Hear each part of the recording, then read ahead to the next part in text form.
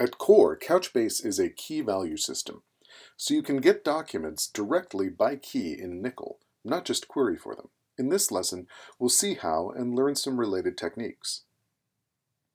Every document in Couchbase has a key. If you know it, it's the fastest possible way to get a document. And you can do so either by direct API call or, as we'll see here, in Nickel. The document key itself is part of each document's metadata, though its components may often also be field values like a type or a unique code or ID assigned to the document.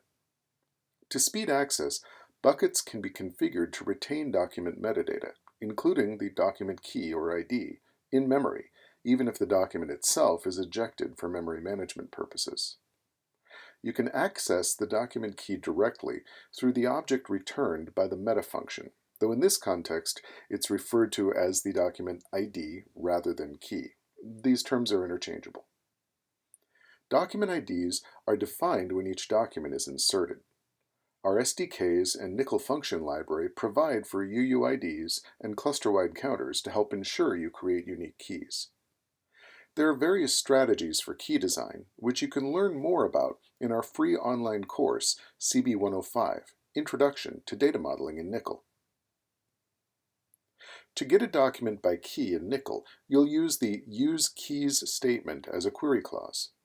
You can get a single document, despite the plural in the term keys. Keys themselves are strings, so would be quoted in Nickel. You can also get sets of documents by passing an array of keys to the Use Keys clause. Because of our memory-first architecture, this is the fastest possible way to get a complete document using Nickel. It's analogous to using a getID call directly from the SDK. When you choose to get by ID versus use keys in Nickel would involve code design considerations beyond the scope of this particular course. Aliasing in Nickel works just like SQL.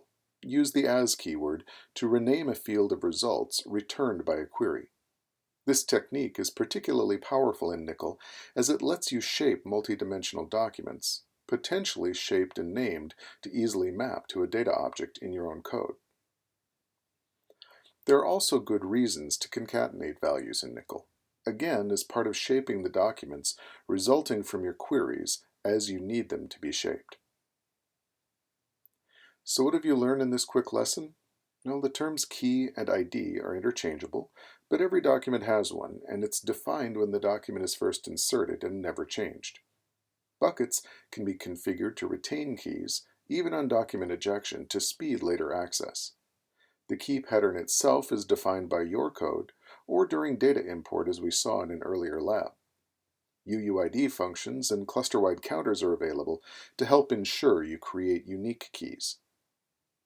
Access by key is very fast due to our memory-first architecture, whether you perform a get from the SDK or the Use Keys clause in Nickel.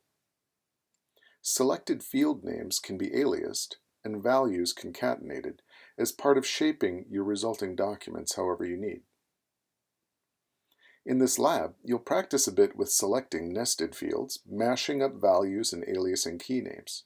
Have fun, and don't forget to play around with your own experiments too. That's where the real learning happens.